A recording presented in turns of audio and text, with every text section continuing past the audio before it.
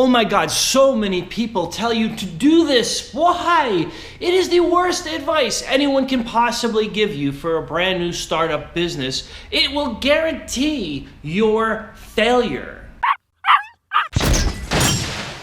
Shh! Don't tell nobody your idea. They might steal it. Ooh, I hate those words so much. They make me cringe. That is the worst business advice anyone can possibly get for a brand new startup. When you are beginning a business, you have to tell people your idea. In fact, if just telling them your idea is sufficient for people to steal it, then they should steal it because it's a bad idea. Your idea is not defensible if you have such a simple thing where telling someone your idea is enough to completely lose your business. Because sooner or later you're going to have to launch that business and people need to know about it. It is a terrible thing to tell somebody, don't tell anyone your idea, they might steal it. I hate that advice with a passion.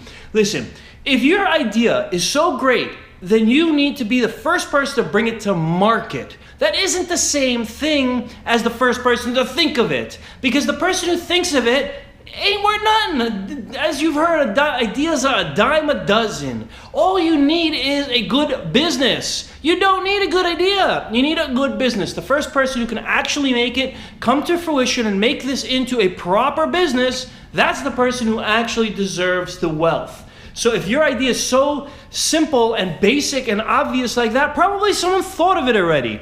I was once talking to a girl, and I met her at a party, not someone I really know, and she says, oh, I have all these great app ideas for Android apps. I'm like, okay, well, let me hear what they are. And she's like, wait, are you gonna steal it from me? I'm like, yo, I just met you. You just called me a criminal. Girl, that ain't nice. So anyway, she don't even realize that that's offensive when you tell someone, I think you're gonna steal my idea. That's offensive. You don't tell someone that. Anyway, she did tell me the idea, and she's like, I have this great idea. It's an app that you sing to it, and it tells you what song you're singing. I'm like, oh dear God, do some research. Shazam was invented in 2002, it does that. And she's like, what do you mean there's something out there like that? How can it be? Well, did you Google and actually look for a product that exists that does this? She's like, no, I didn't want to put the idea into Google because Google can see my searches and maybe they'll see it and copy it. Oh dear God, please help me. Help her.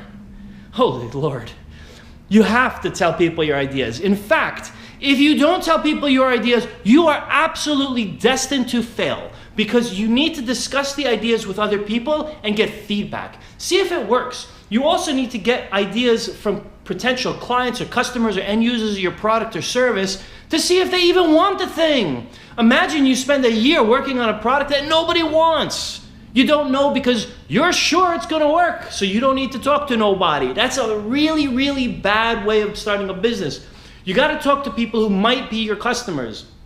If you talk to them and you find out they ain't your real customers, you gotta go figure out if you even have customers and can get customers. Because you don't want to spend a year working on a product, put out a prototype, get it to market and realize nobody really wants to use the dang thing. It's not there. Just why?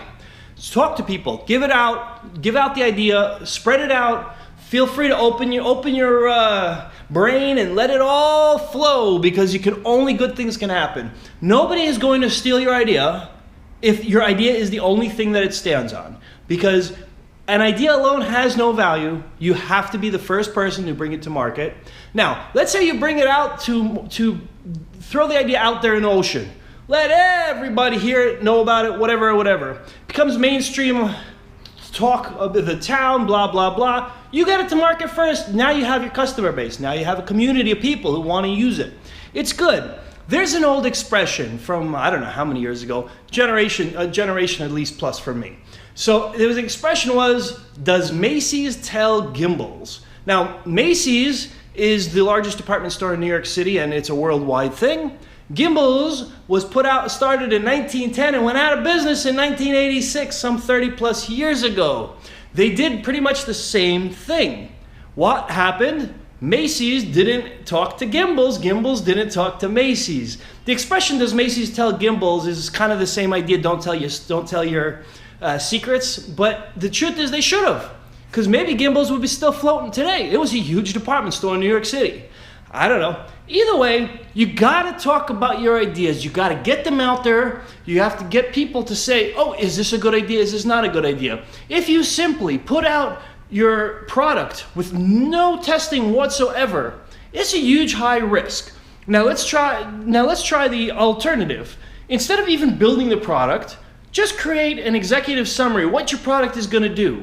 Pass that around by people who are your potential users, customers, or otherwise, and see what their response is gonna be.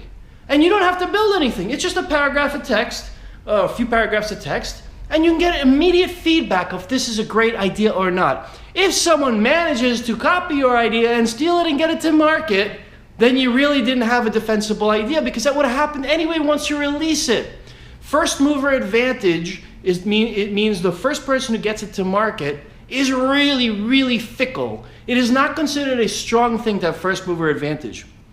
What is considered strong is if you can get community adoption in mainstream. You don't necessarily need a product for that. Sometimes you can build up a beta group of people who are ready to be committed to your product when you release it, whenever that happens.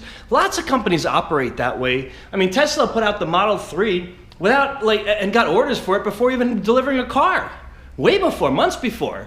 So there are plenty of things like that in the business industry where people put out products that don't exist just to see if they get orders, and when they get the orders, they fulfill them. I mean, that's pretty much the way a lot of good startups work. The people who stay hush, hush, hush, don't tell nobody, those are the companies that will usually go out of business. There's obviously exceptions to the rule, but most of the time, if someone tells you don't tell someone your ideas, tell them, y'all don't know nothing, because they don't. In this day and age, you gotta talk about what you do. There are community events, meetups, and places to go where you can literally network with people and discuss your idea and see the feedback. It's really important. You also need to have a network of people who want your product and who will use your product and will discuss it and maybe give you good ideas before you bring it to market, when you can still make changes easily. Great example is, nobody likes change when you're the end user of a product. Nobody likes it when someone releases an update and all of a sudden the feature set changes.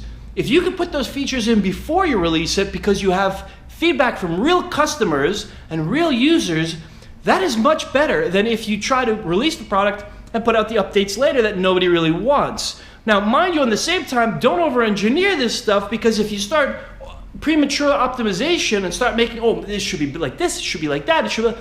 Wait till you get customers using it. And that's the other aspect. Okay, it kind of all goes together. So don't overly optimize beforehand, but at the same time, you do want the feedback. You want someone to tell you, I will never, ever, ever use this feature. This is stupid. Or, this has been invented in 2002. You don't need to make this business. When I told her that, she was pretty unhappy, the girl with the Shazam idea. But you know what? I saved her a lot of heartache. Imagine she kept on her direction and spent thousands of dollars building an app, because she didn't know how to build. She'd have to hire someone. Spent thousands of dollars building an app that does exactly what Shazam already does. She would have thrown that money in the toilet. Yeah, straight in the toilet. All right, now, all I did to her was tell her the straight up truth. Her business idea is terrible. However, she was all offended and sad and whatever, disappointed. But the reality is that for the greater good, it was necessary. She heard it from somebody. So all right, so I've been the black sheep. That's why I'm wearing my NYPD shirt today, because I was the bad cop that evening. And so be it. But I saved her a lot of time and heartache. Although, in all honesty, with her ideology, she's probably onto another terrible idea, but that's a different story. But you gotta tell people your ideas. You cannot be afraid someone's gonna steal them, because most people don't. In fact, most people get good ideas and don't put them out. It's the opposite. Ideas are easy to come by. It's the intuition of how to actually deliver the product to the people is the hard part. How do you actually get that motivation to actually do it? I mean, the majority of the effort is showing up. I think Einstein said that, not sure. Either way, you gotta show up, you gotta do it, you gotta put out your product, see what people want, see how people respond to it, put it out there. Don't even worry about someone stealing it, competition will see it. If you get competition, that means your idea is so freaking good that it's really great. And that's a great problem to have, because competition, if you have no competition, it means ain't nobody want your product. Bonus footage. This is a clip from Charlie O'Donnell, a very prominent venture capitalist here in New York, discussing why it is so utterly critically important to share your business ideas before they launch.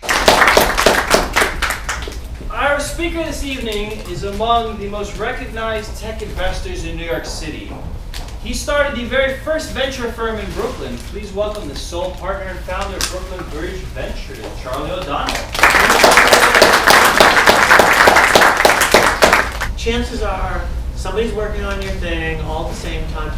I don't want to steal your business. I'm not as good as you at running that particular business. I have a job. So I think you need in the early stages feedback more than you need to like protect the idea, because someone's probably working on it. If somebody like David comes to me and says, I have an idea, right? It's not just him and his background, but I know that if he was going to quit his day job to spend all of his time on an idea, he has a great network of people to vet this by. It's very improbable that somebody with his network who runs the meetup would fall into spending time on a really stupid data idea. Right? Just because there's a million people in this room be like, I don't really think that's such a good idea. Maybe you should think about something else, right? Not only that, I know that he's got a network of resources that he can tap, so I don't just get his brain. I get everybody in the meetup's brain. Yo, yo, yo, yo, yo, yo, yo, yo, yo, yo, yo, yo, yo.